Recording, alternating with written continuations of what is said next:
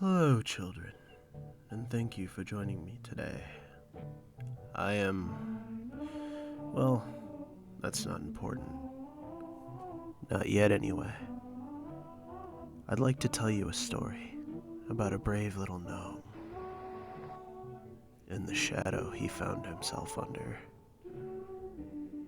We find our brave little gnome walking home alone in the light of a setting sun, with the crunching and snapping of fallen branches and leaves beneath his little gnome feet.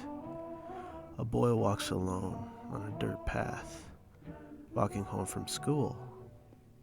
He knew very well he'd been told to send for his family if he were to miss the train home, and if he wanted to walk to the warp gate, he should ask a teacher to accompany him.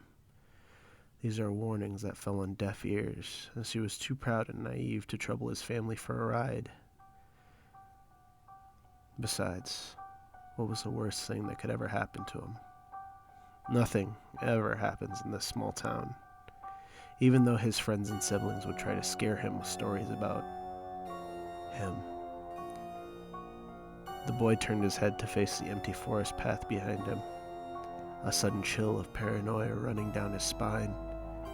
The brave little gnome scanned the forest, looking for nothing. There was nothing. He continued calmly walking down the path, almost to his destination. He listened carefully as his shoes clacked against the dirt with a dull thud. The gnome focused on the noise as he felt his heartbeat quicken. What was he so scared of all of a sudden? The boy quickened his pace and turned a corner in the path. The clearing was almost in sight now. The gnome breathed a quick sigh of relief. He turned around and chuckled. There was nothing to be afraid of. It was just his overactive imagination. As he made it to the signpost, he noticed an oddity. A black balloon, tied to the post neatly. The gnome stared at the balloon as a feeling of unease crept back with a vengeance. He held his breath as the legends told by his siblings screamed in his head. The victims always see a black balloon. They see it before he grabs them.